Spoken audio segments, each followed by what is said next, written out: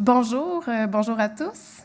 Je suis Marie-Hélène Janotte, je suis chargée de cours à la Faculté des Lettres et Sciences humaines à l'Université de Sherbrooke et il me fait plaisir de vous souhaiter la bienvenue à cette conférence de Jean Sioui, poète, auteur pour la jeunesse et éditeur.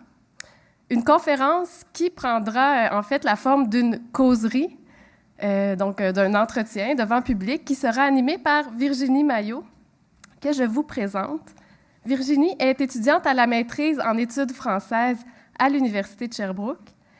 Elle travaille depuis 2016 comme auxiliaire de recherche pour le groupe de recherche et d'études sur le livre au Québec, entre autres comme responsable des communications.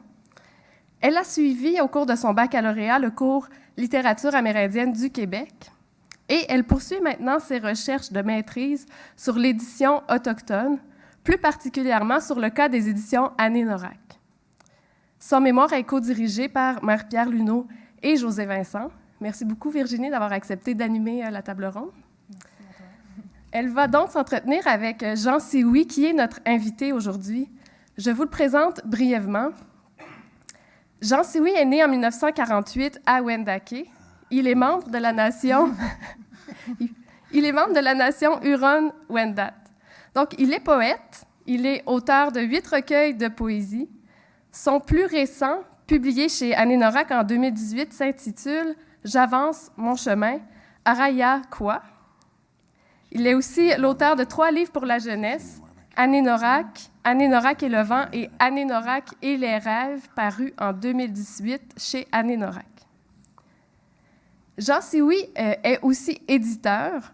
De 2004 à 2008, il a dirigé la collection Les Loups rouges au Loup-de-Gouttière à Québec, qui était une collection de livres pour la jeunesse, écrite et illustrée par des membres des Premières Nations. Puis, en 2010, Jean Sioui fonde avec son fils Daniel Sioui la maison d'édition Anénorak à Wendake, qui représente un moment important dans l'histoire du livre et de l'édition au Québec, puisqu'il s'agit de la première maison d'édition autochtone dans la province, c'est-à-dire qu'elle est complètement administrée par des membres de la nation Huron-Wendat, en plus d'être dédiée à la publication et à la diffusion de la littérature des Premières Nations. Jean Sioui a également animé des cercles d'écriture à Wendake, en plus d'avoir été formateur pour les écrivains autochtones en début de carrière pour le Conseil des arts du Canada. Son recueil « Entre moi et l'arbre », paru en 2013, a été finaliste au prix Alain Grandbois de l'Académie des lettres du Québec. En 2015, le Salon du livre des Premières Nations de Wendake lui a rendu hommage pour son incroyable contribution à l'essor de la littérature des Premières Nations. Donc, c'est un honneur pour nous de vous recevoir aujourd'hui, Monsieur Sioui. Merci chaleureusement d'avoir accepté notre invitation. Plaisir. Merci. Avant de vous céder la parole, j'aimerais tout de suite remercier l'Union des écrivaines et des écrivains québécois, de même que le groupe de recherche et d'études sur le livre au Québec de l'Université de Sherbrooke, qui ont rendu possible cette conférence aujourd'hui. Voilà, je vous laisse céder la parole. Merci Marie-Hélène. Merci à vous, Jean Sioui, d'être avec nous ce matin. Vous êtes généreux de votre présence et vous nous apportez en plus des bonnes nouvelles parce qu'il va y avoir le 2 avril prochain un nouveau lancement, le lancement de la nouveauté d'Anénorak, le livre « Mon ami, mon agresseur » par José Mansal et Diane Veillette.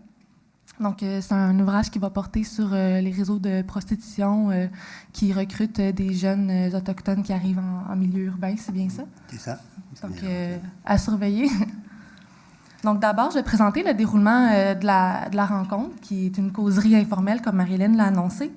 On va se pencher d'abord sur votre trajectoire personnelle et ensuite sur votre entrée et votre parcours dans le milieu du livre. Puis, on va se diriger vers votre implication dans la Fondation et au sein des activités au sein de la maison Anénorak. Ça vous va? On y va. Donc, d'abord, dans votre parcours personnel, parlez-nous un peu de votre enfance à Wendake. Comment c'était pour vous de grandir à Wendake dans les années 50? C'était quoi votre rapport avec les autres? On monte loin. Marie-Hélène a déjà dit que j'étais venu au monde en 1948. On aurait pu rajouter quelques années, mais oui, je suis vraiment venu au monde en 1948 sur la réserve de Wendake. Ça a bien changé depuis ces années-là. Wendake, c'est une communauté, c'est une réserve autochtone en milieu urbain, qui est de plus en plus considéré comme en milieu urbain parce que dans les années 50, c'était vraiment à part, c'était pas ouvert, c'était pas accessible comme ça peut l'être aujourd'hui. C'était, par exemple, à l'école ou l'école primaire où je suis allé, c'était une école de mission. Donc, c'est les missionnaires qui étaient chez nous. On avait une école jusqu'au secondaire. Au secondaire, c'était là qu'on se lançait dans le grand monde. On s'en allait parmi les non-autochtones. On traversait le pont de la rivière, puis on s'en allait à Loretteville pour étudier parmi les autres. Donc, les premières journées, c'était l'accueil en tant que sauvage qui venait de la réserve, qui arrivait parmi les non-autochtones, qu'on n'avait pas l'occasion de visiter tellement avant. Mais c'est un peu ça, ça a beaucoup évolué, c'est plus la même pensée, c'est plus la même vie. Chez moi, avant, dans les années 50, c'était l'artisanat les gens vivaient de l'artisanat. Faire des raquettes, des mocassins, les canaux, tout autour de chez moi, c'était ça. Moi, ma maison, d'un bord et de l'autre, on faisait des raquettes, donc ça sentait la babiche à journée longue. En haut, c'était le canot, donc ça sentait le vernis des canots, les toiles de canot. Puis maintenant, on s'est aperçu que les gens faisaient ça pour vivre, puis il s'est créé un artisanat que j'appelle folklorique. À un moment donné, les touristes ont commencé à venir à Wendake, surtout les Français, ils venaient voir les Indiens. Donc, on s'est aperçu qu'on pouvait leur vendre à peu près n'importe quoi. Donc, les gens sont mis à fabriquer toutes sortes de choses, des capteurs de rêve, des cendriers avec des pattes de chevreuil, toutes sortes de choses. Nos parents ont pu vivre avec cette matière-là, mais ce qui, vraiment, aujourd'hui, a vraiment changé parce que les jeunes de votre âge ne veulent plus voir ça, ils veulent vraiment voir de l'authentique. Donc, pour moi, ma vision de la réserve, c'est sur une réserve qui est évoluée, qui est redevenue plus vers l'authentique. Puis, à cette époque-là, c'était quoi votre rapport avec la littérature, avec l'écriture? Aviez-vous déjà commencé à écrire de la poésie, par exemple, comme vous le faites aujourd'hui? Cette époque-là, là, si loin que ça? Non, ça a commencé vraiment plus tard. J'ai étudié en informatique dans les années 70. Donc, c'est ça. Je suis devenu informaticien. J'ai commencé à travailler en informatique. Puis, il n'y avait pas question pour moi de littérature. J'avais même pas... je lisais, d'accord, puis j'aimais bien écrire, là, mais j'écrivais pour mes fonds de tiroir, là, ou des cartes de souhait, ou des petits poèmes pour mon épouse, des choses comme ça qui n'allaient pas plus loin que ça. Mais mon rapport à la littérature a commencé... on vivait sur une petite terre. On a quitté la réserve de Wendake à un moment donné. Ma femme et ma famille, j'ai élevé mes enfants sur une petite terre à Saint-Henri-de-Lévis. On a vécu là 14 ans. Et puis, à un moment donné, quand mes enfants sont devenus adolescents, là, je passais mon temps... je couchais quasiment habillé pour les promener partout, là, parce que c'était vraiment dans un rang, puis c'était loin. Donc, on a décidé de revenir plus en ville. Donc, revenir en ville, pour nous autres, c'était revenir à Wendake, sur la réserve indienne. Mais mon épouse a toujours eu l'intention, a toujours voulu avoir un petit commerce. Donc, quand on est arrivé à Wendake, elle a dit, il y a du tourisme à Wendake, je vais partir un petit commerce, puis elle a parti une crèmerie. Ça, c'était en quelle année, à peu près? Ça, c'était en quelle année? À peu près dans les années... Là, il faut que je recule, en 2019, c'était dans les années environ... Les années 2000, au début des années 2000. Donc, c'est ça, elle est partie une crèmerie, mais on s'est vite aperçu que les Européens, que les Français, ils n'étaient pas friands de la crème d'acier. Donc, le commerce, il ne marchait pas fort, on n'en vendait pas beaucoup de crème d'acier. Donc, mon épouse, elle m'a dit... Tu écris bien, tu aimes ça écrire, on devrait faire de l'artisanat. Donc, j'ai commencé à couper des billes de bois, faire des pièces de bois, des pots de cuir, puis j'ai commencé à écrire des pensées. J'appelais ça des pensées. J'ai fait un mur de pensées dans la crèmerie. Et puis, une crèmerie, à l'automne, ça ferme. Donc, j'ai tout pris ça, j'ai tout mis ça dans une boîte, ce qu'il y avait sur le mur. Mais il y a des gens qui m'ont dit, tu devrais faire un livre. Tu devrais faire un livre avec ça. Faire un livre... Comment ça marche? C'est quoi faire un livre? Comment on fait pour faire un livre? Je travaillais au centre-ville de Québec comme informaticien. Donc, j'ai ramassé toutes ces choses-là, puis je les ai emmenées une bonne journée. C'était un vendredi, je crois. J'ai amené ça à mon bureau, parce que le midi, je prenais des marches. Puis, j'ai dit, avant de partir, j'ai ouvert l'annuaire téléphonique.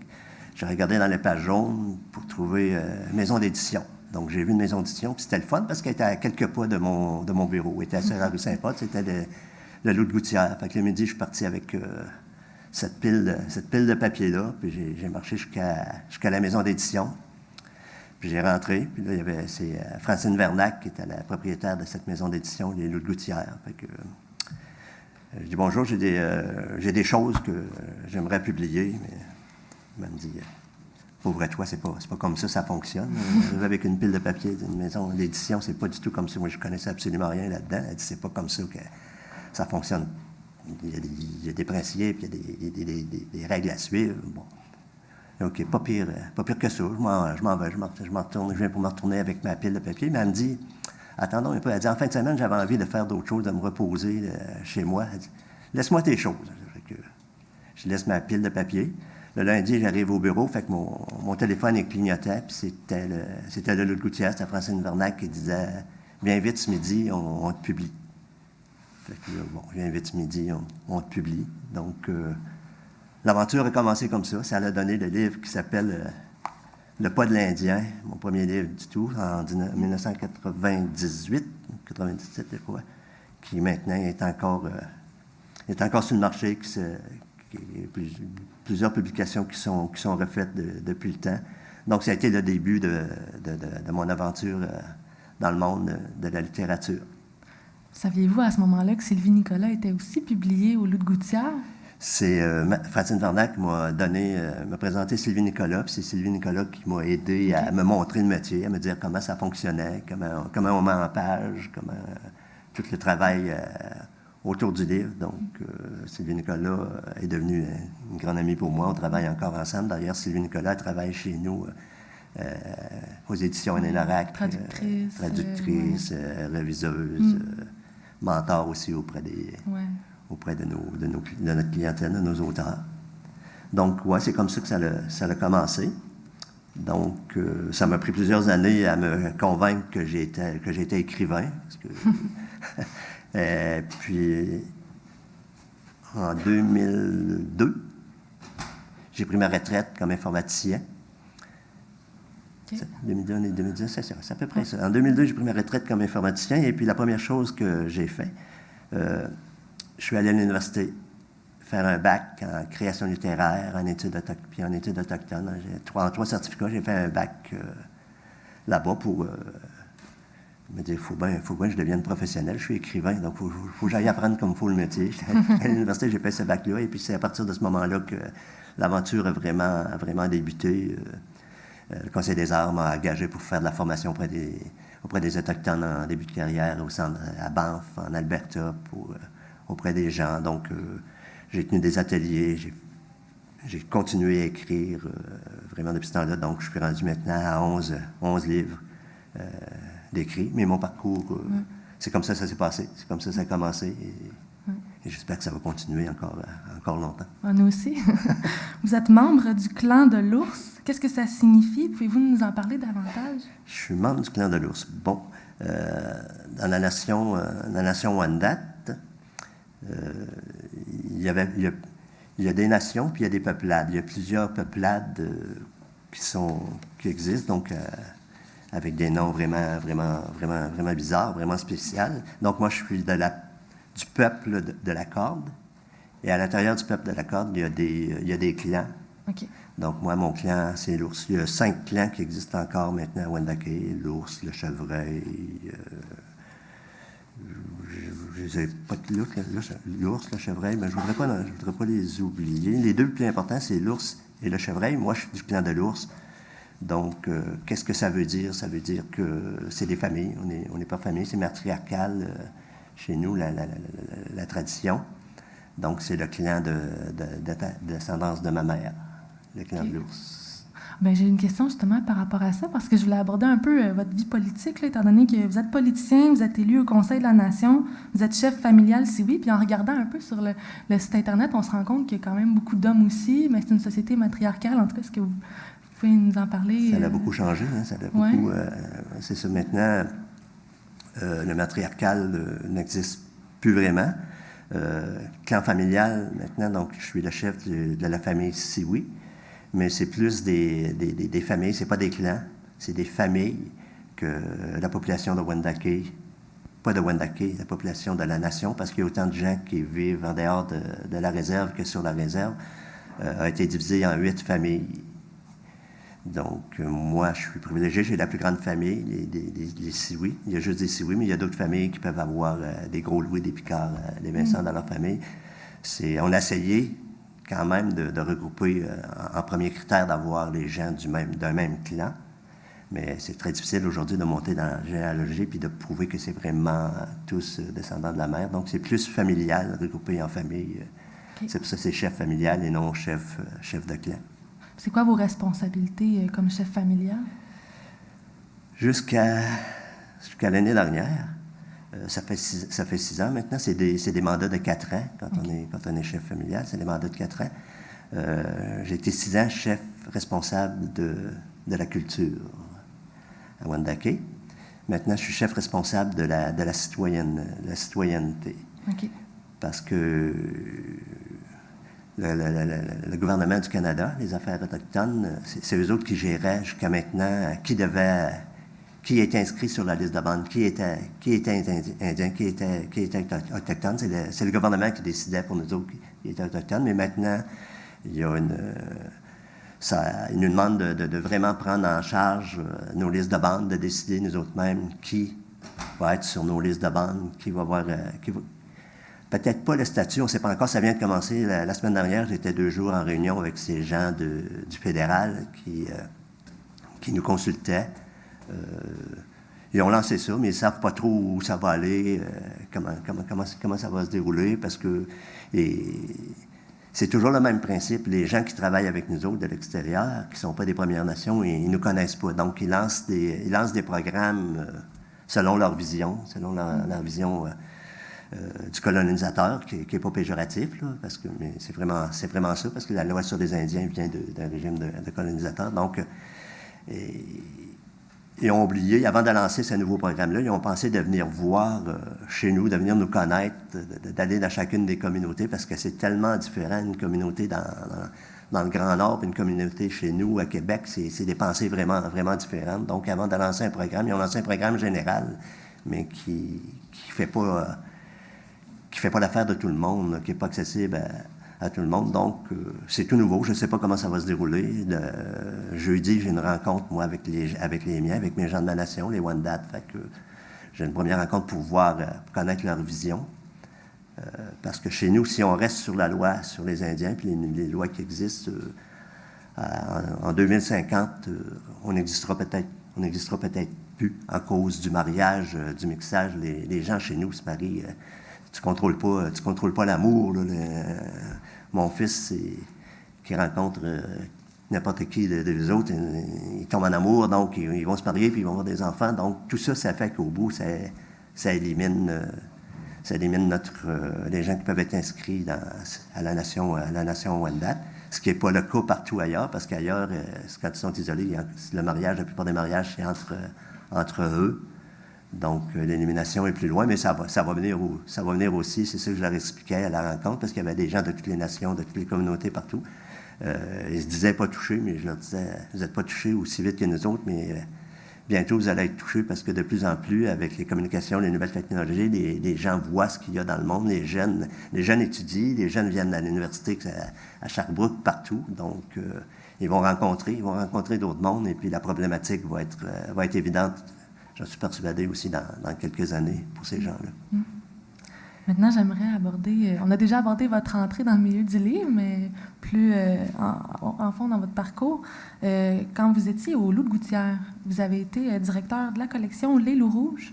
C'est qui a eu l'idée de former cette collection-là? Est-ce que c'est vous, Francine Vernac? Comment ça s'est passé, là, la fondation de cette collection?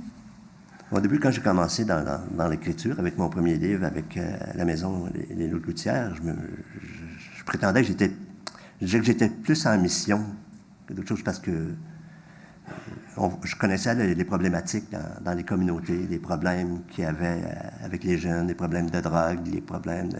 Puis moi, je me suis rendu compte que la cause de tout ça, c'était l'oisiveté. Quand tu habites à quelque part puis il n'y a rien à faire, tout ce qu'il y a, c'est quelquefois un aréna ou un dépanneur, puis que les gens se promènent là, ils n'ont rien à faire. Donc, c'est la source de bien des maux. Mais quand j'allais dans les écoles, je me suis vite rendu compte que les jeunes des Premières Nations, c'est un peu normal, ils vivent dans la nature, donc il y avait beaucoup d'artistes. Puis la musique et les arts, ça les intéressait beaucoup. Donc, je me suis dit, je vais créer une petite collection de livres jeunesse qu'on a appelé les Loups Rouges, pour permettre aux jeunes l'accessibilité à l'écriture et aux livres aussi, à la lecture. Donc, c'était vraiment le but de cette petite collection que j'ai créée avec Francine Vernac qui est embarquée tout de suite dans le projet pour donner une plateforme où les jeunes pourraient écrire puis pourraient comprendre qu'il existe au moins la littérature puis que ça devienne accessible dans les communautés. Donc, oui, quelques personnes. La collection a eu... Là, j'en ai peut-être deux de la collection. On en a un peu plus, je pense, sur la table là-bas. C'est oui. Ça, les gens ont écrit, et puis je pense que ça allait amorcer vraiment une pensée possible pour les jeunes d'écrire. J'emmenais ces livres-là quand j'allais dans les écoles, dans les communautés, et puis je les faisais travailler. Je les faisais faire des exercices. Mais la pensée autochtone est toujours vivante dans ces livres-là. Je mettais une pomme sur une table, je me disais, écrivez sur la pomme.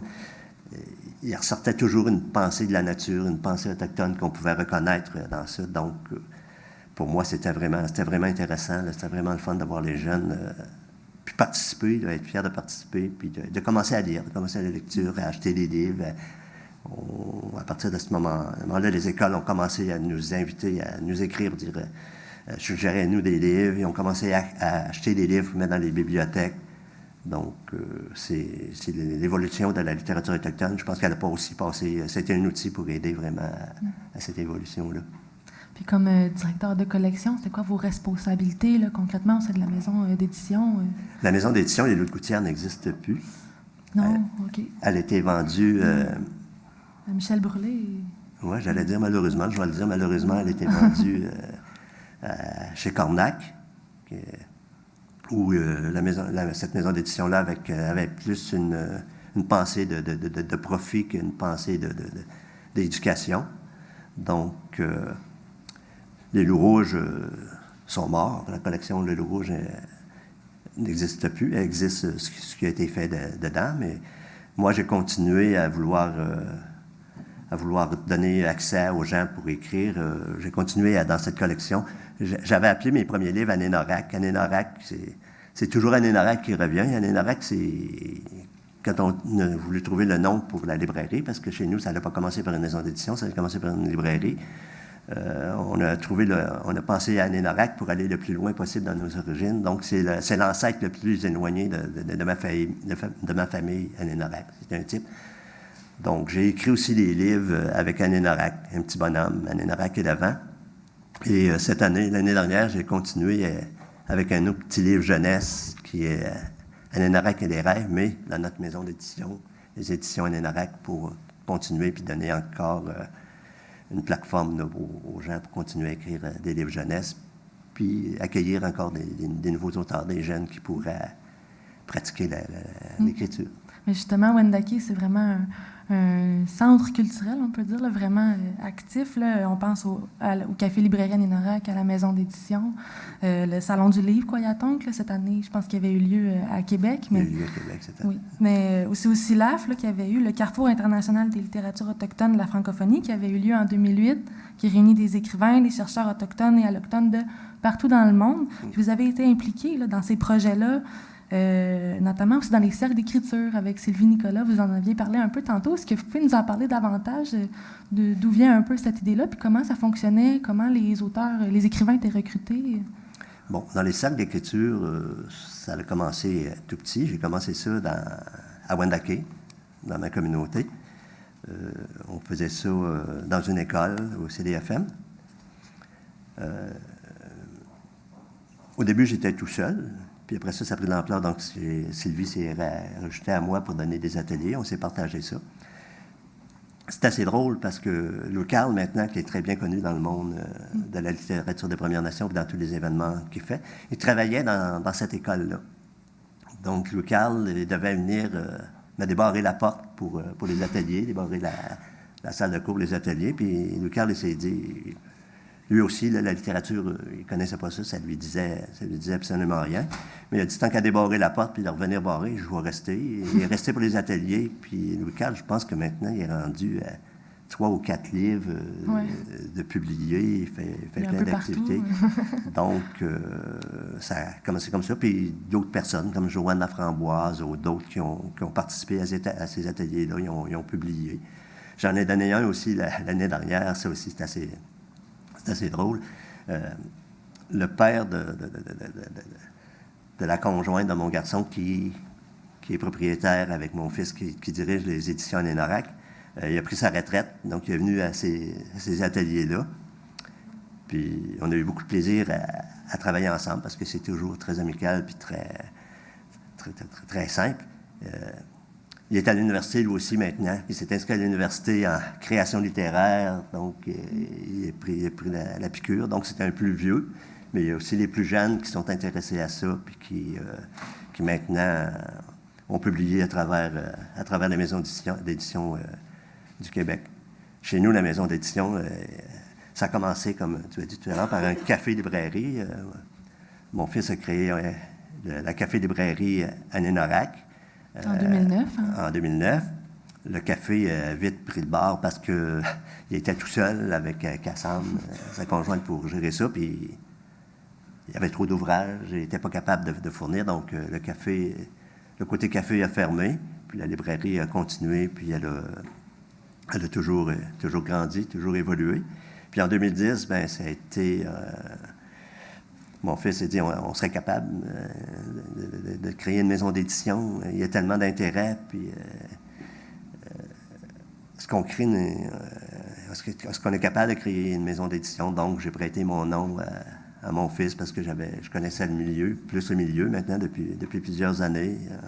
Je lui ai aidé à partir de cette maison d'édition qui marche bien au-delà de ce qu'on pouvait espérer comme à l'époque quand on est parti la maison d'édition. C'était quoi votre rôle à ce moment-là, dans la fondation, dans le fonctionnement de la maison, à ses débuts? C'était un peu de donner l'expertise que j'avais, parce que moi, j'avais déjà publié dans d'autres maisons d'édition. C'était de donner l'expertise, de montrer comment ça fonctionnait, puis d'aller chercher des auteurs, parce que je connaissais tous les gens avec qui j'avais fait de la formation, que ce soit en Alberta ou au Québec, un peu partout. C'était d'aller chercher ces gens-là. Et aussi de corriger. Parce que le but de la maison d'édition, pourquoi on a créé une maison d'édition autochtone des Premières Nations? C'est parce que c'était pas accessible, l'édition, dans les grosses maisons.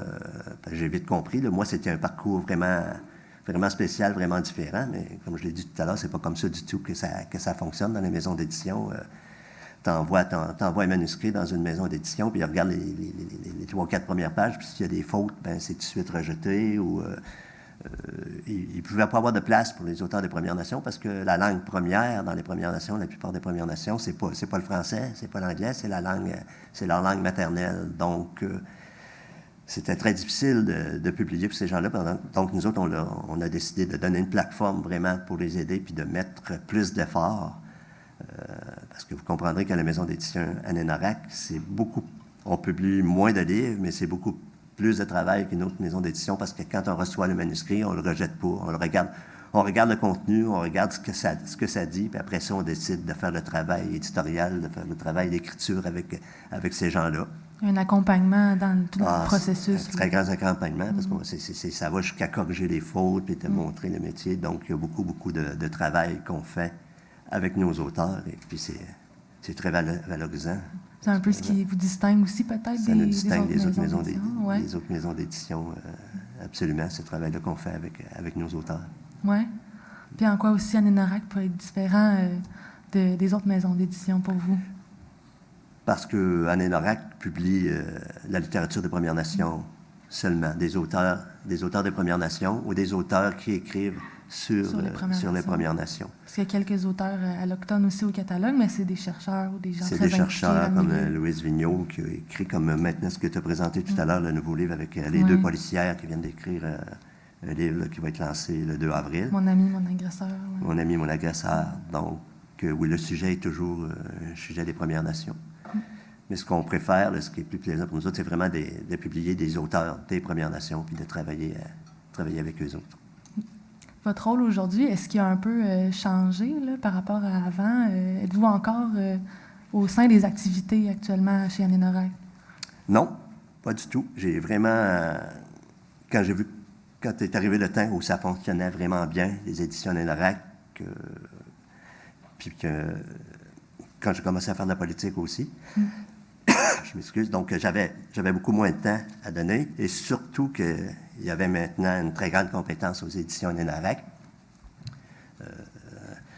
La conjointe de mon garçon, elle s'appelle Cassandre Sioui. Puis Cassandre Sioui, elle a fait une maîtrise ici à Sherbrooke en littérature, donc je peux pas avoir de gens plus compétents pour travailler dans la maison d'édition que Cassandre et mon fils, qui est depuis toujours un amateur de la littérature, puis qui avait créé la librairie. D'ailleurs, il a connu... il est tombé en amour avec Cassandre, comme ça, quand il a ouvert la librairie, il a engagé Cassandre comme étudiante à la librairie à l'été. Donc, elle a commencé à travailler comme ça à la librairie. Et puis, maintenant, ils sont ensemble depuis plusieurs années, et puis ils font vraiment un bon couple d'éditeurs. Juste pour nous situer dans le temps, vous, c'est environ vers quelle année là, que... 2008, je crois. 2008? Oui. Non, je veux dire je dirais 2000... que vous avez arrêté à Anénorac. En 2016. 2016, OK. OK. Puis, aviez-vous, au moment de la fondation Anénorac, je me demande, aviez-vous un modèle sur lequel peut-être vous basez pour vos mandats, vos activités? Puis, je pense à Titus Books, là, qui est en Colombie-Britannique. Books en Colombie-Britannique. Oui, fondée en 1980, si je ne me trompe pas, une maison d'édition autochtone dans le Canada. Oui, avec Anita Lage, que j'ai rencontrée quand j'allais faire la formation là-bas en Alberta. Un modèle, pas vraiment. Je pense que le plus grand modèle que j'ai eu, c'était le Loup de Gouttière, la petite maison des Loups de Gouttière, qui était vraiment proche des gens. Je pense que c'est la maison d'édition qui était la plus proche de ses auteurs, comme une petite maison, puis qui voulait pas... qui était moins mercantile que les autres. Puis j'ai vu comment Francine Vernac m'a aidé, puis elle avait à cœur les gens des Premières Nations aussi. Elle avait à cœur d'aider parce que quelques auteurs des Premières Nations ont publié au Loup de Gouttière. Donc, pour moi, c'était ce modèle-là que j'ai pris, puis les conseils de Francine pour vraiment avancer dans ça. Puis de Sylvie Nicolas, justement, qui a toujours été avec nous autres. Donc, c'est l'expertise, j'ai vraiment appris de ce monde-là. Puis, quels sont les objectifs et les mandats des éditions Anénorac? On parle de publier des auteurs des Premières Nations, surtout des jeunes auteurs. Des jeunes auteurs. C'est évident on aide beaucoup les jeunes auteurs parce que ça les aide dans le métier d'écriture, mais ça les aide aussi dans leur vie personnelle. Imaginez-vous un auteur comme Manon Nolin, par exemple, qu'on a publié, le livre qu'elle a fait, là, c'est un trésor. Là. Quand elle arrive dans sa communauté avec un livre, là, c'est une grande vedette. Là. Tout le monde achète le livre, tout le monde le lit, puis tout le monde est... Comment ça s'est passé, pourquoi tu as réussi à faire ça. Donc, c'est très valorisant pour l'auteur et pour la communauté. Donc, pour moi, c'est le meilleur salaire là, qu'on peut retenir de tout ça. Puis c'est ça que j'aime le plus faire avec des nouveaux auteurs. Mais ça a beaucoup évolué, le monde, la littérature des Premières Nations. Maintenant, on a des auteurs qui sont connus, très reconnus. Natacha Canapé-Fontaine, Naomi Fontaine, Yves Sirois-Durand, qui sont connus, qui sont invités partout. Mais quand même, j'aime bien continuer avec des nouveaux auteurs, garder encore cette plateforme-là pour les nouveaux, là, pour écrire avec les autres, puis avoir le plaisir de corriger ces gens-là et de les encourager. Justement, est-ce que c'était difficile de recruter des nouveaux auteurs au début là, de la maison? Là? Comment ça se faisait? Bien, ça se faisait beaucoup par les ateliers que je faisais. Les ateliers d'écriture. Et puis, les gens se le disaient l'un à l'autre, regarde, moi, j'ai réussi à faire ça. Puis, fait que les gens nous téléphonaient ou venaient nous voir ou nous envoyaient un manuscrit. Je pourrais-tu? Est-ce que je pourrais, moi aussi? Est-ce que c'est accessible pour moi aussi d'écrire? Puis on disait, ben oui, c'est accessible pour toi. On va travailler ensemble. Puis, on va mettre du temps. Si ça prend 1 an, 2 ans avant de publier, ben pendant ce temps-là, l'oisiveté que je parlais du début là, est vraiment bien remplie. Les gens, c'est bien rempli. Puis c'était bien accepté, c'était bien accueilli. Puis c'était surtout valorisant, ce travail-là, pour moi, en tout cas, personnellement. Vous avez joué un rôle de mentor beaucoup pour les auteurs, donc, puis aussi pour votre fils, les activités d'Annénorac, la Fondation, dans les Lots Rouges aussi, c'est un peu ça. Là. Est-ce que vous vous définissez comme tel? Là? Je ne sais pas si c'est une bonne question à poser. Là, mais... Je ne sais pas quel titre que je peux me donner. Mettons. Disons que accessible, puis plaisir. Plaisir toujours de travailler dans ça, puis d'aider les gens. Puis jamais me créer une prétention là, une prétention que je veux pas. Là. Je veux plus vraiment être dans le monde qu'on dirait un jour, ben Jean Sioui, avec les petits moyens qu'il avait, ben, il a réussi à mettre au monde, à faire connaître un peu la littérature des Premières Nations, qui n'existait pas, là, qui existait à peine avant. Mais je ne suis pas le seul là-dedans. Il y a beaucoup de gens qui ont travaillé. Il y a même un Italien, Maurizio Gatti, qui nous a beaucoup aidés dans ça quand il est venu faire son doctorat ici à Québec, puis qui a travaillé parmi nous. Donc, oui, je veux juste faire partie du groupe qui a fait évoluer, puis qui a fait avancer la littérature des Premières Nations, qui a fait connaître. Vous en faites partie, oui. Oui, ben, j'en fais partie, oui, c'est sûr. Peut-être parce que j'ai plus d'expérience, je suis plus vieux, donc j'en fais partie, mais je veux pas prendre le chapeau de celui là, qui a créé tout ça. C'est tout un travail d'équipe, un travail de gens qui avaient l'amour de ça. Puis en se penchant sur le catalogue d'Annénorac, je pose une question peut-être un peu plus technique, là, mais on remarque que dès les débuts, les mythes, les légendes, les contes pour la jeunesse, c'est ça a une place très, très importante dans le catalogue, comme la poésie aussi, qui est un genre de prédilection de la maison. Mais il y a aussi beaucoup d'œuvres littéraires de genres différents qui cohabitent au sein du catalogue. Ça contribue beaucoup à sa diversité, à son éclectisme. Et selon votre regard d'éditeur, mais aussi de poète, de quelle façon décririez-vous le catalogue d'Annénorac? Puis en quoi, pour vous, est-ce qu'il se distingue celui des autres maisons d'édition qui publient de la littérature autochtone actuellement au Québec? Au début, moi, d'ailleurs, dans la conférence, je disais ça, que l'Indien est un poète de la nature. Donc, que ce soit de la poésie qui sorte, c'est un peu normal. Parce que quand tu rencontres ces gens-là, ils vivent dans la nature, puis la beauté de la nature, c'est très près de la poésie. La poésie, c'est ça, c'est de la beauté. Donc, pour eux autres, c'est comme naturel d'écrire comme ça. Mais aujourd'hui, ce que j'essaie de faire, c'est d'essayer de faire... là, je parle des premiers auteurs, là, pas des auteurs établis plus connus, qui ont commencé à écrire du roman puis de la nouvelle. Mais avec tous les nouveaux auteurs, j'essaie de les convaincre, pas de les convaincre...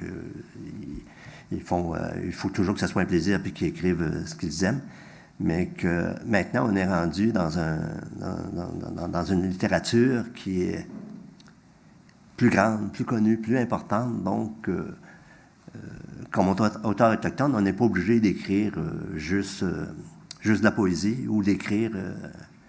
il y a un professeur à l'université qui m'avait dit la littérature des Premières Nations, la littérature autochtone... ça n'existe pas. Là. Vous n'êtes pas obligé d'écrire raquette, puis babiche, puis canot tout le temps. Puis écrivez donc comme tout le monde. Ça m'avait blessé quand il avait dit ça la première fois, parce que j'avais répondu, écoute, mon monsieur, là, un jour, tu vas voir que la littérature autochtone, elle va exister. Elle va être sur le marché, vous allez la connaître, vous allez la lire. Mais par après, j'ai compris ce qu'il voulait dire. Il y a une partie de vérité là-dedans. Maintenant, j'essaie de dire aux auteurs, quand je fais des ateliers, vous n'êtes pas obligé d'écrire, autochtone. Vous vivez dans le monde, vous pouvez être un auteur autochtone qui écrit un roman policier, qui parle de n'importe quoi, que de n'importe quel auteur. Ils sont rendus là, ils sont assez bons, ils sont rendus assez bons, des bons auteurs pour aller à d'autres choses. Puis moi, le premier, j'ai écrit juste de la poésie puis des livres jeunesse, mais mon prochain recueil, celui que je suis en train d'écrire, ça va être un recueil de nouvelles. OK. Donc, je veux parler aussi. C'est bien beau parler puis dire aux gens, faites ci, faites ça. Donc, je vais essayer d'être un exemple pour ce monde-là pour voir qu'il y a d'autres choses d'écriture que de la poésie puis du livre jeunesse. Justement, c'était ma prochaine question parce que vous avez écrit beaucoup de poésie puis des contes pour la jeunesse. Puis là, je me demandais si justement vous allez vous pencher sur un genre narratif parce que vous en parliez. Donc, un recueil de nouvelles je suis rendu là. En chantier. Je ne sais pas comment ça va aboutir, mais je commence le travail vraiment dans ça. OK.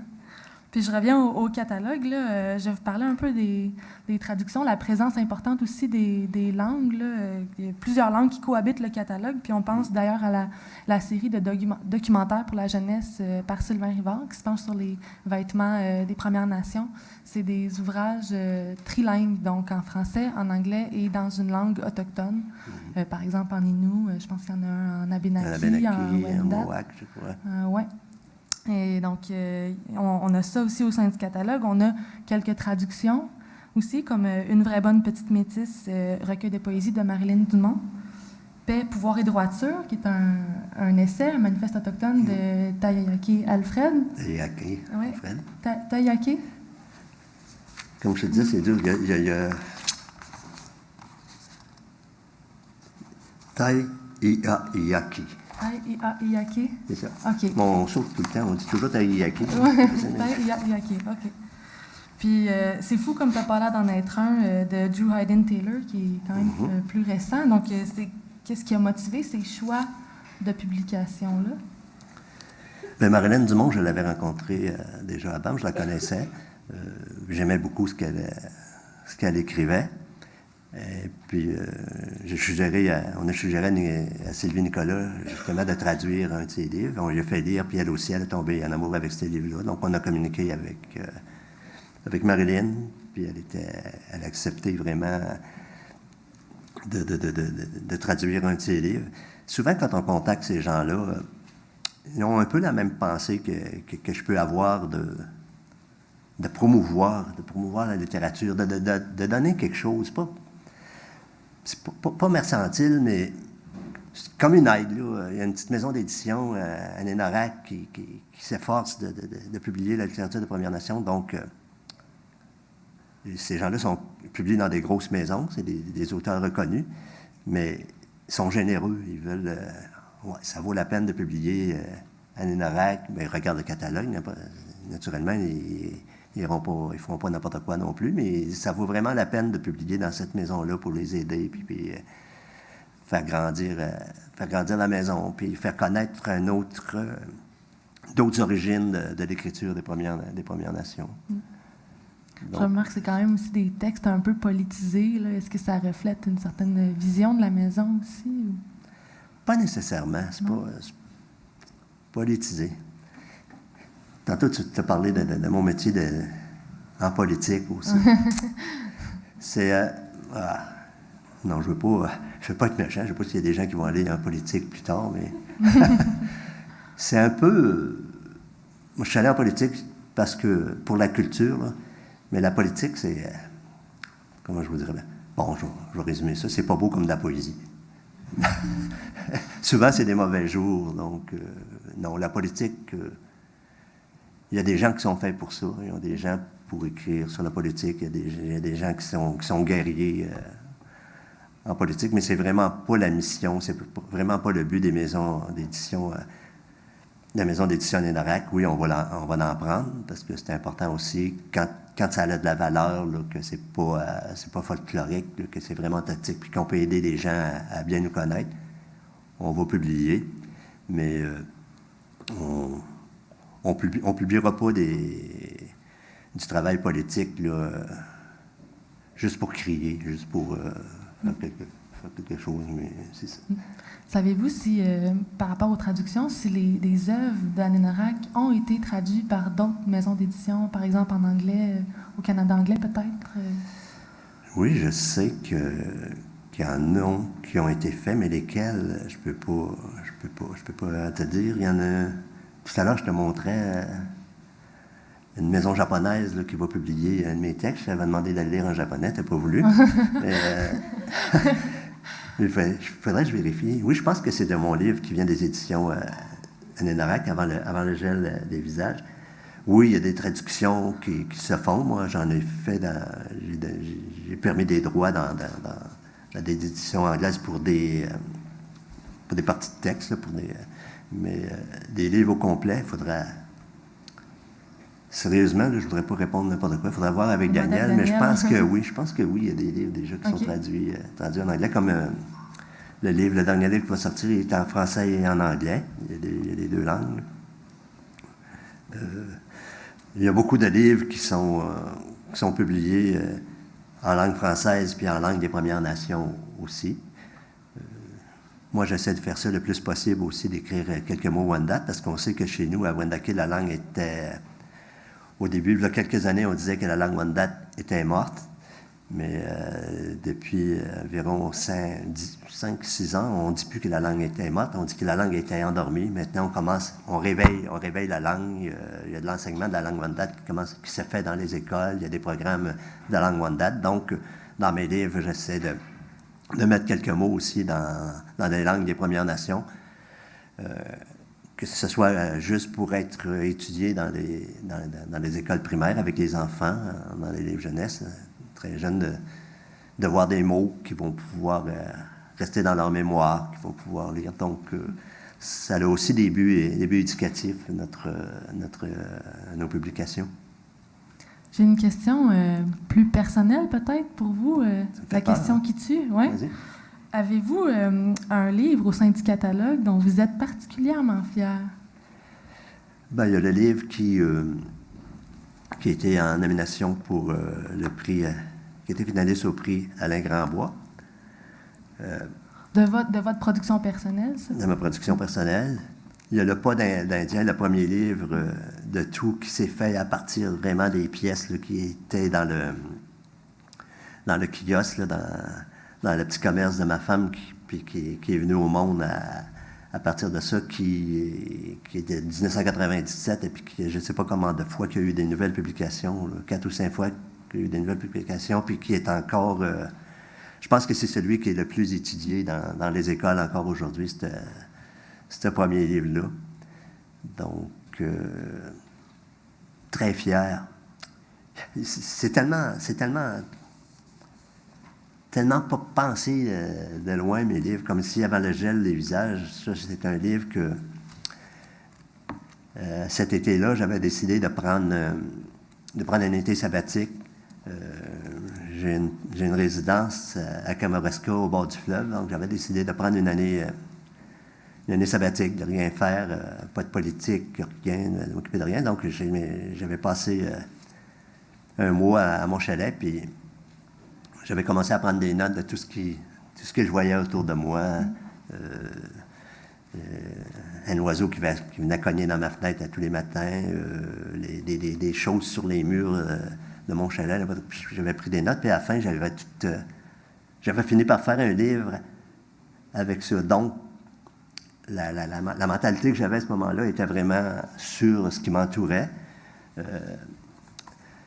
Le dernier livre que je viens qui a été publié, là, il a été le lancement au mois de janvier, ben, c'est un livre, il y a 4 chapitres, puis là-dedans, il y a un chapitre sur des gens que j'ai rencontrés justement dans la région de Kamouraska.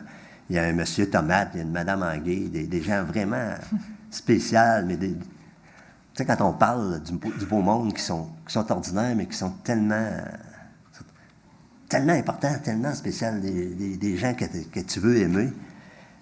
Donc, j'ai fait un chapitre avec des gens comme ça, M. Lebadeau aussi. Ici, j'ai le Quincaillier, c'est un gars qui a tiré, qui avait abattu un tigre là, qui s'était évadé d'un cercle puis qu'il l'avait caché longtemps parce qu'il n'avait pas le droit de faire ça, mais le tigre, il mangeait les moutons puis il mangeait les bêtes. Donc, il l'avait caché dans sa quincaillerie, dans le sous-sol de sa quincaillerie, puis juste ses amis qui pouvaient y aller. Donc, des personnages vraiment, vraiment spéciaux comme ça. Donc, il n'y a pas d'influence. Plus fier d'un que de l'autre, non, parce qu'il n'y a pas d'influence vraiment spéciale quand j'écris un livre. C'est sur ce que je vis dans le moment. Donc, je les aime tous, moi personnellement, mais pour les autres, les lecteurs, ben, c'est pas la même chose. Ils lisent pas avec ce que j'ai vécu, moi, quand j'ai écrit ça.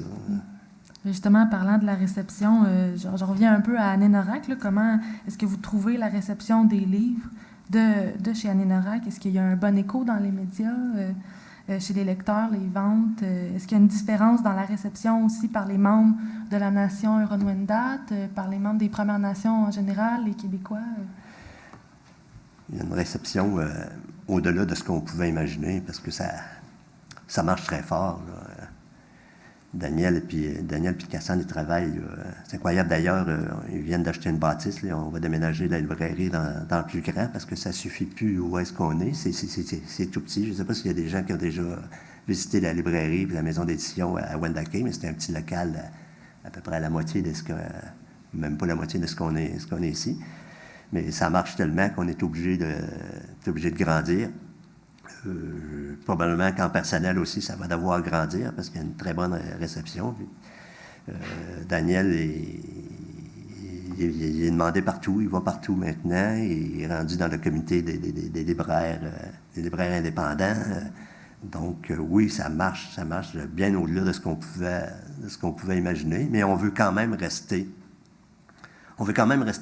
petit avec quelques publications par année parce qu'on veut encore garder le temps. Je dis toujours « on » comme j'étais là, mais souvent je les aide quand même. Là.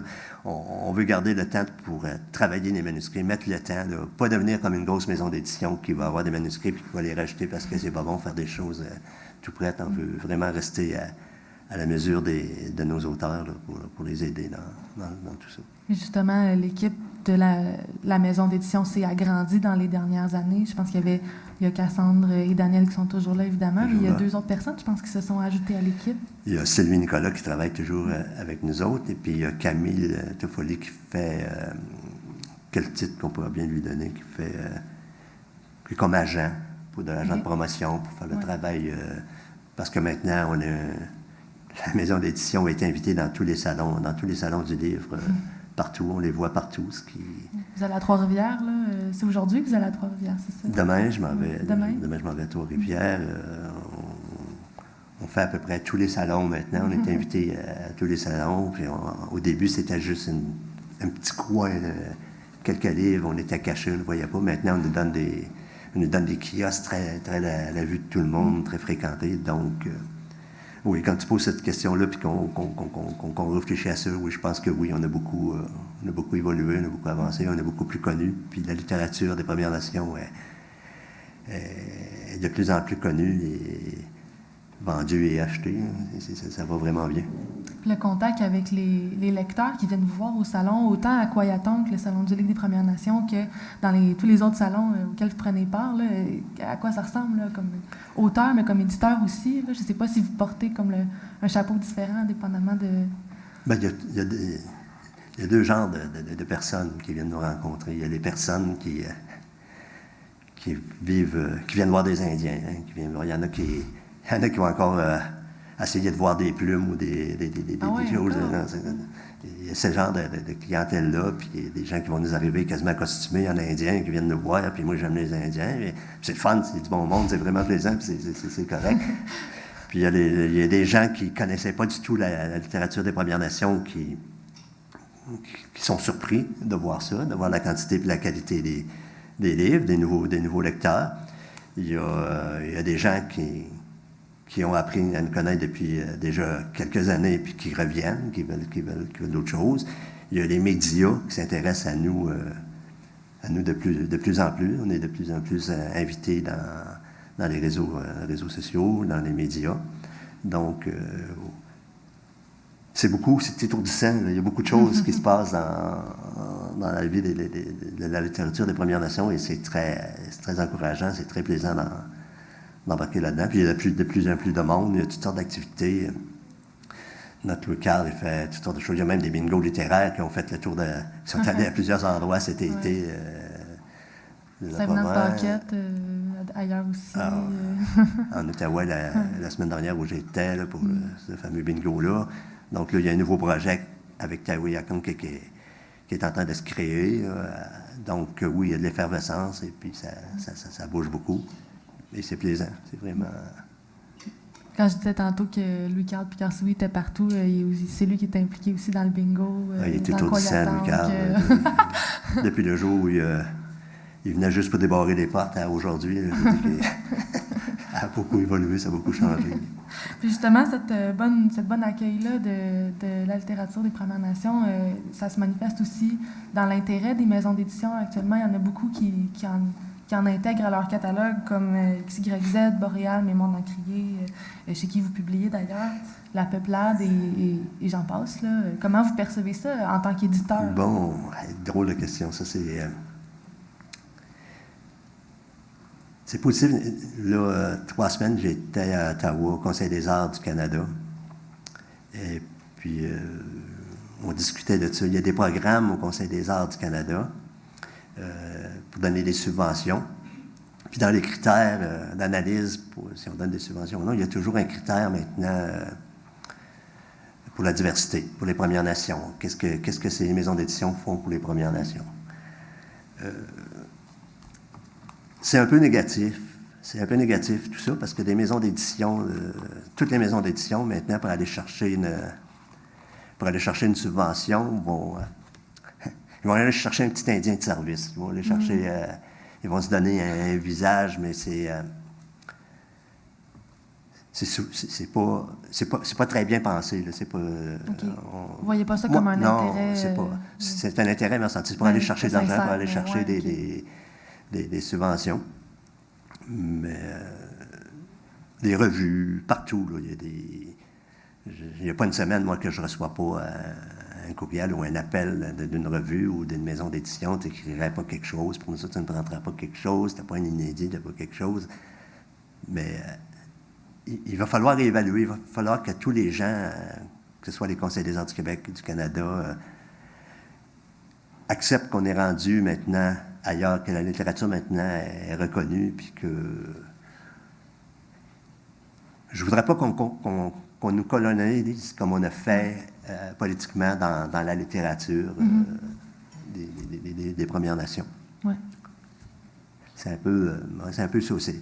C'est pas mal. Là. Il y a des maisons d'édition qui travaillent avec nous autres qui font très bien, mais comme Mémoire d'Encrier fait très bien. La Peuplade publie Marie-André Gill, puis c'est très beau, c'est des très belles choses. Mais il y a tellement de maisons d'édition qui vont se servir d'un nom pour aller chercher une sorte d'appropriation culturelle. Ben, culturelle, oui. L'appropriation des petits Indiens de service. C'est pour nous autres, puis c'est la même chose aussi pour les Noirs, par exemple. Il y a des maisons d'édition qui veulent des auteurs de la diversité. Donc, là aussi...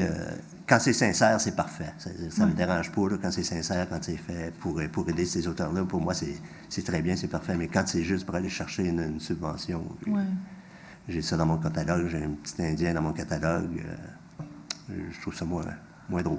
Bien justement, je vais rebondir sur la question des subventions. Le temps file, là, donc je vais devoir laisser la parole au public, mais j'ai quand même une dernière question pour vous. Qu'est-ce que ça a changé pour vous de pouvoir bénéficier de programmes de subvention? Est-ce qu'être autochtone, ça aide ou ça nuit? Comment ça fonctionne? Il y a des programmes spéciaux pour les Autochtones, pour les maisons d'édition autochtones. C'est évident, une maison d'édition, je ne sais pas si vous savez un peu comment ça fonctionne, une maison d'édition ne peut pas fonctionner s'il n'y a pas des subventions. Tout marche avec des subventions. Il y a des programmes pour les Autochtones. Tout à l'heure, à la présentation, on a dit qu'on était la seule maison d'édition autochtone au Québec. Tant mieux. Tant mieux, puis tant pis. Pour l'instant, tant mieux, parce que ça nous a permis de grandir. On était capable d'aller chercher des subventions pour grandir puis pour faire fonctionner. Mais s'il y avait une autre maison d'édition, ça serait aussi parfait, parce que le but, c'est vraiment de faire connaître... mais il y a du matériel maintenant, donc qu'on le produise puis qu'on le mette sur le marché. Mais oui, vraiment, il y a des subventions spécifiques pour les programmes des Premières Nations. OK. Puis est-ce que ça aide ou ça nuit quand on veut devenir écrivain ou éditeur au Québec, être autochtone? Au début, ça nous a aidés parce que il n'y avait pas de plateforme, ça n'existait pas, toutes ces choses-là. La littérature des Premières Nations, c'est tout nouveau. Mais avec le temps, moi, j'ai l'impression que ça va changer. Je pense qu'on va pouvoir... on pouvait pas s'impliquer, demander des subventions dans les subventions de tout le monde parce qu'il y avait des grosses maisons d'édition établies. Donc, on tombait toujours les derniers. Donc, en ayant un programme vraiment spécifique pour les Premières Nations, ça nous donne vraiment la porte où entrer, où aller chercher ces subventions-là. Mais je crois que pas tout de suite, peut-être pas demain, mais dans quelques années, on va pouvoir compétitionner dans le monde général de ces programmes-là. Oui. Bien, c'était tout pour mes questions. Merci beaucoup pour votre grande générosité dans vos réponses. C'est un plaisir. Vraiment. Bien, le plaisir est pour nous. Je ne sais pas si le public, il y avait des questions pour Jean-C. Oui? Un petit temps pour absorber. Oui? Peut-être, aller au micro pour l'enregistrement, ça va être nécessaire. Bonjour, merci pour la conférence qui était très intéressante. Vous avez mis beaucoup l'emphase sur votre objectif premier qui est de faire découvrir la littérature autochtone aux gens, de promouvoir la littérature autochtone. Puis je me demandais donc, c'est quoi les stratégies que vous mettez de l'avant pour diffuser cette littérature-là, puis pour donner une bonne visibilité au titre de votre catalogue, que ce soit en ligne ou n'importe quelle autre stratégie traditionnelle. Donc, ce serait une première question. Puis, liée à cette question-là, donc, quelle place vous faites aux outils web, aux outils numériques pour promouvoir votre littérature, la littérature de votre catalogue? Bien, je pense qu'en même temps qu'on a appris comment fonctionnait une maison d'édition, bien, aujourd'hui, on est en train d'apprendre comment fonctionnent tous les outils, les nouvelles technologies, les outils modernes, et puis de plus en plus, on est là-dessus. On se fait aider par des gens aussi. Par exemple, Camille, tout à l'heure, qui est là pour nous aider, nous faire connaître dans ce monde-là. Il y a aussi, après quelques années, quand on est devenu assez reconnu, on a eu une maison de diffusion, c'est d'Immédiat qui s'occupe de faire connaître nos livres partout, les placer dans les librairies. On fait partie aussi des libraires indépendants. Donc, de plus en plus, on est dans le monde, dans le monde de chacun là, qui œuvre dans le métier d'édition et de librairie. Donc, et les médias aussi viennent à nous, bien plus, parce qu'eux autres, ils prennent connaissance qu'il y a d'autres choses qui existent, une littérature de Premières Nations qui existe, donc qui viennent, c'est eux autres qui viennent nous voir puis nous inviter pour faire la promotion de la littérature des Premières Nations. Il y a beaucoup de radios communautaires aussi qui sont intéressées à inviter nos gens. Il y a des activités qui se font partout maintenant dans les communautés, même dans les villes, des activités comme le bingo que je parlais tout à l'heure, les salons du livre qu'on est présent partout. Donc, ça fait boule de neige de ce qu'on était tout petit et personne ne connaissait aujourd'hui. Ben, c'est plus tous ces milieux-là qui nous invitent, qui veulent nous avoir. Comme la semaine prochaine, je suis à l'émission Plus on est de fous, plus on lit. Tous ces gens-là, de journalistes aussi, qui nous invitent pour vraiment parler de la littérature des Premières Nations. Comme je fais ici ce matin parmi vous. Donc, c'est vraiment comme ça qu'on grandit dans le monde de la littérature. J'ai justement une question par rapport à ça, au numérique. Mais c'est peut-être une question pour Daniel, là, je ne sais pas, mais pensez-vous peut-être intégrer les publications numériques comme les formats EPUB, les formats PDF à votre catalogue? Parce qu'à moins que je me trompe, il me semble qu'en ce moment, toutes les publications sont papier. Est-ce que, par exemple, pour des livres qui sont épuisés, là, puis là, je pense à La Lune raconte de Christine Sioui-Wawanolwat qui est épuisée. Il me semble qu'il y avait la publication du mémoire de Linda Sioui, la réaffirmation qui est épuisée, c'est ça. De l'identité Wendat. Ouais, est-ce que ça peut être une avenue possible, là? Ben, je pense que ça va être une avenue possible en autant qu'on aura les moyens et le personnel pour faire ça, mais c'est certain que c'est étudié.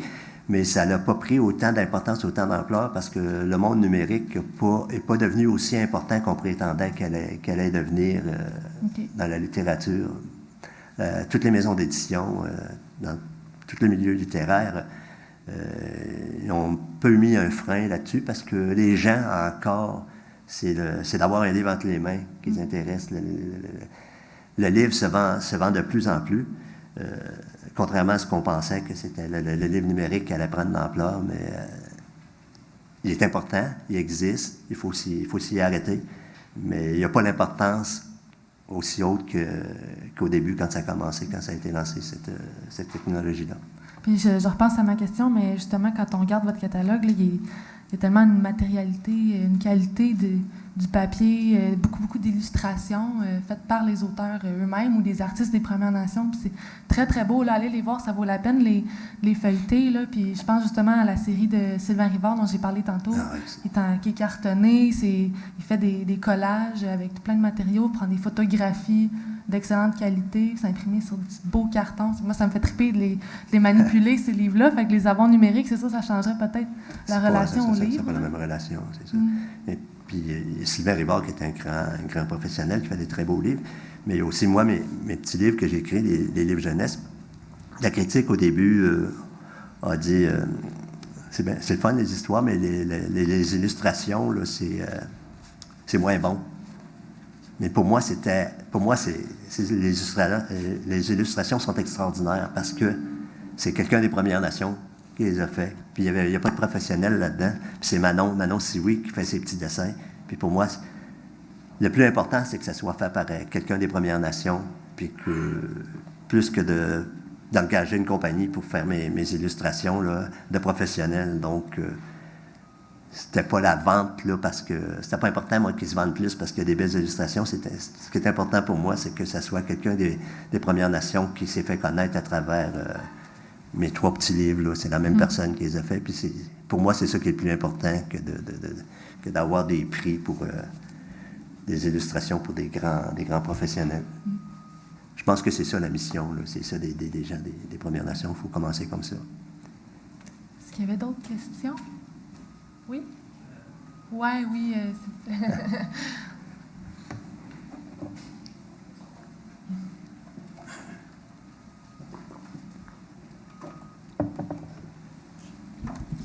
Allô? Bonjour. Bonjour. Là, j'ai mon cahier pour prendre des notes, là. Mais je me demandais, selon vous, moi, je suis quelqu'un qui aime beaucoup la culture autochtone et je vais être prof au secondaire. Pardon. Et je me demandais, j'ai la grippe, je m'excuse. Je me demandais, selon vous, ce serait quel le meilleur livre pour introduire mes élèves à la culture autochtone ou la meilleure personne à inviter pour présenter cet univers-là au secondaire, ça, des jeunes secondaires? Ou pour sensibiliser ou pour... c'est ça, pour ouvrir. Là. Ça, il faut faire attention. Chez nous, on a beaucoup chez les Wendat, on a beaucoup, j'avais, quand j'étais à la culture, cette préoccupation-là de vraiment dire les vraies choses. Il y a beaucoup de livres qui ont été écrits. Hein, il y a plein d'historiens québécois qui ont écrit sur nous autres. On a toujours écrit sur nous autres, mais nous autres, on n'a jamais écrit ce qu'on est. Un de mes objectifs, quand j'étais chef à la culture, c'était d'écrire notre propre histoire. Nous autres, vraiment, d'écrire notre histoire. Mais c'est tellement compliqué, ce monde-là, puis la politique, c'est que on est toujours en revendication. On est toujours... c'est tellement plate, là, dans le monde des Premières Nations, de toujours être en train d'être devant les tribunaux pour se faire reconnaître, puis pour se faire approuver ce qu'on est vraiment, puis ce qu'on dit que c'est même dangereux d'écrire des livres parce que quand on est en conflit, en cours avec d'autres choses, ils vont prendre ces choses-là pour interpréter. Donc, on est toujours à faire attention. C'est plus long. Ça va se faire dans le programme que je suis dont j'ai la responsabilité maintenant, de la citoyenneté, il y a un volet où il va falloir qu'on écrive notre histoire, parce que quand des gens vont s'ajouter sur notre liste de bande, il va falloir que les gens viennent puis qu'ils connaissent qui on est, puis pourquoi. Aujourd'hui, c'est très facile de dire ouais, c'est un Indien, lui, mais tu vas demander même à celui qui se dit Indien, c'est quoi être Indien? Ben moi, je ne paye pas de taxes. Toutes des choses comme ça où il faut que ça change, donc il faut que ça s'écrive, ces choses-là. Donc, qu'est-ce qu'il y a de mieux? Oui, il y a des choses qui sont bonnes. Moi, je commencerais par aller avec des gens comme Georges Sioui, par exemple, qui a écrit pour une histoire amérindienne, ou vraiment de valider là, ce qu'il dit, si c'est authentique, si c'est vrai, ou si c'est pas du folklore, ou si c'est pas des choses qui... comme chez nous, là, on est... Quand je te dis que c'est difficile d'écrire des choses, on a une problématique avec... pas avec une autre nation, ça regarde une nation, mais avec le gouvernement, parce que le gouvernement, ça s'appelle les POG, a donné aux Inuits pour avoir accès à leur territoire, pour aller chercher des ressources. Ils ont donné du territoire, il y a des arrangements sur du territoire, mais ils ont donné le territoire des Wendat aux Inuits. Le gouvernement a donné ça. Ils n'en ont pas parlé. On s'est réveillé à un moment donné, puis on a vu que notre territoire était donné aux Inuits. Fait que là, les Inuits, ils ont dit, bon, ben là, s'ils nous l'ont donné, c'est à nous autres. Fait que là, on est des conflits. On est en chicane. On débat avec les Inuits pour savoir, non, c'est pas votre territoire, c'est le nôtre, ordonnez-nous là. Donc là, il faut aller en cours, il faut démontrer notre histoire, il faut démontrer qu'on était là. Les gens nous appellent réfugiés. Ils disent qu'on était réfugiés ici à Québec. Donc ça, c'est la mentalité que je suis certain que dans l'histoire, là, c'est toujours ce que vous avez entendu. Les Wendat viennent de l'Ontario, puis se sont réfugiés après les épidémies, ils sont réfugiés au Québec. Mais non, on ne s'est pas réfugiés au Québec. On a toujours été au Québec. On avait une capitale. On était à Toronto, on était en Ontario, mais on a toujours voyagé sur Saint-Laurent, puis on avait des villages tout le long pour faire du commerce, puis tout ça. Mais les historiens ont dit qu'on était réfugiés. Donc, l'histoire, il faut qu'elle soit vraiment réécrite.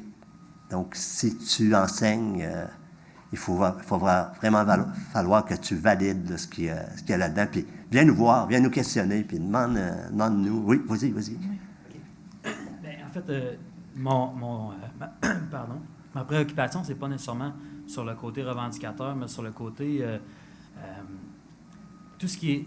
Ce que j'aime beaucoup de la culture autochtone, c'est tout l'aspect de prendre soin les uns des autres. C'est tout l'aspect de... c'est pas stressant vivre dans une réserve. C'est tout l'aspect tout ce qui ne se décrit pas nécessairement avec des mots, mais que, par exemple, moi, quand j'ai lu le livre de Naomi Fontaine, Manikanetich, à son école, quand elle enseignait dans sa communauté. Puis, ce que je connais de mes amis dans certaines réserves, ben, je le retrouvais dans ce livre-là. Mm-hmm. C'est un peu ça c'est un peu vers là que je voulais diriger ma question, en fait, plus que vers les trucs revendicateurs qu'on entend déjà parler un peu. Là.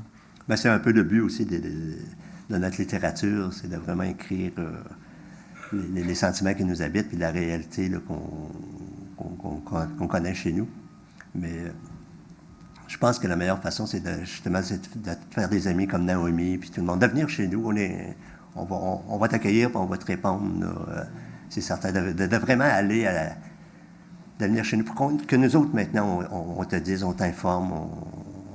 On a un bureau qui s'appelle le bureau d'Union NCO chez nous qui fait beaucoup de travail, qui a des choses décrites qui pourraient vraiment te donner de la matière.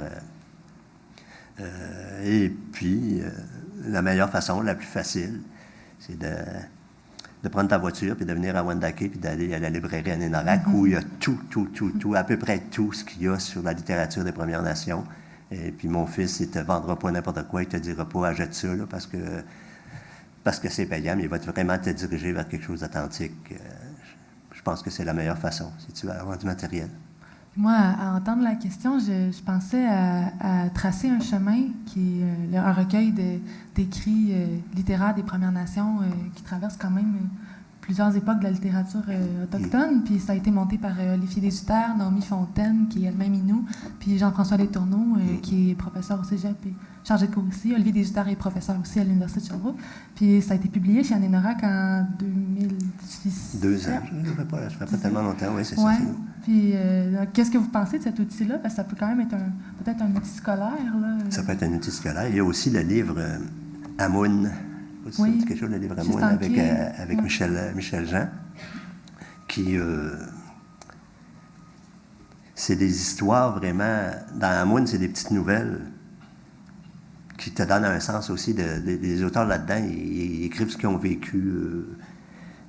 C'est quel auteur? C'est Maya qui parle d'une aventure en skidoo sur le territoire, des choses comme ça. Donc, c'est un livre où il y a des petites nouvelles qui pourraient être intéressantes pour enseigner aussi aux jeunes. Ce livre-là, il va être traduit.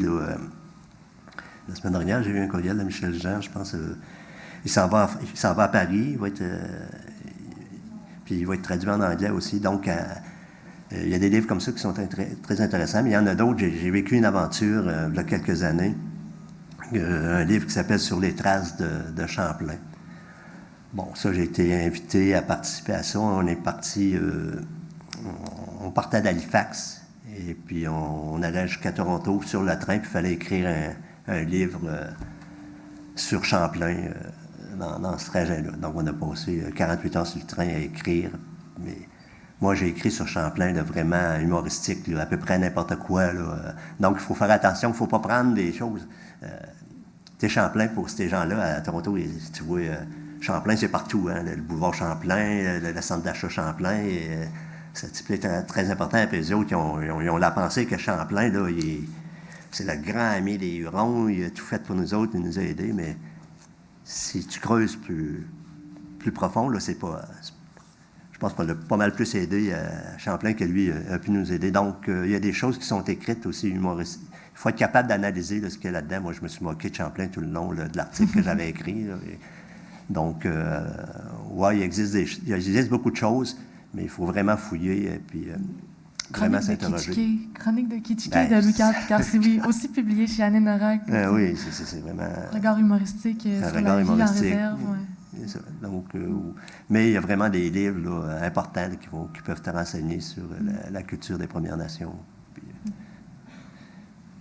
Est-ce qu'il y avait d'autres questions? Oui? N'hésitez pas à venir faire la file là, devant le micro. On n'est pas en AG.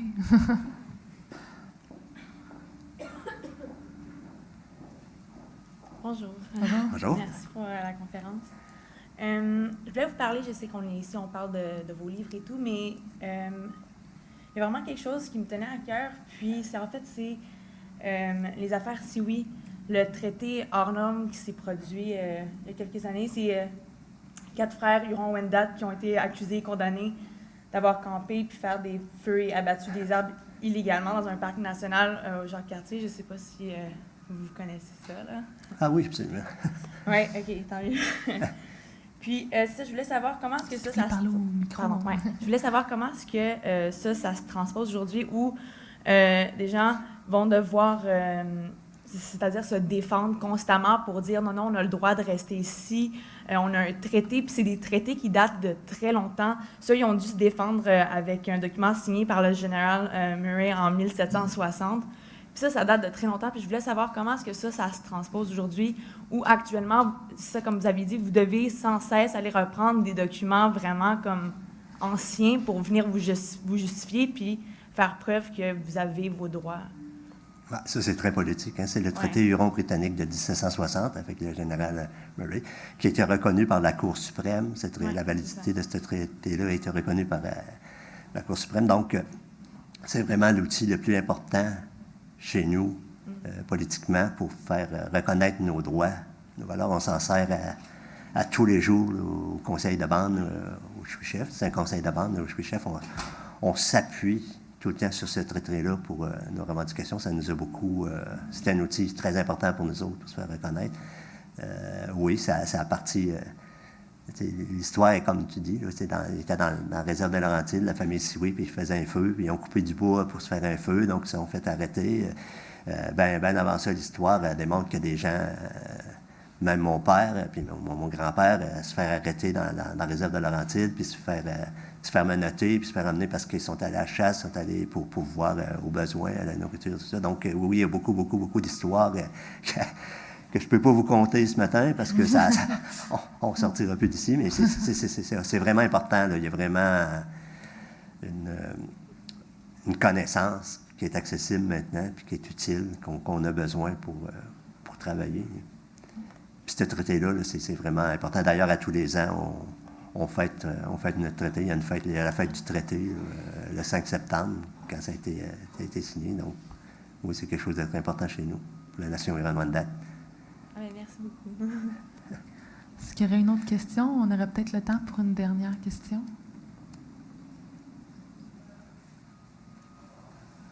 Non? Last call? Bon, ben merci beaucoup, Jean-Sylvie. Merci de vous être donné avec autant de générosité. Ben, ça a été vraiment plaisant. J'espère que ça a été utile pour tout le travail que vous faites. Oui. Ces beaux jeunes-là. En tout cas, le mien, vraiment. Ah oui? Merci. Merci bien.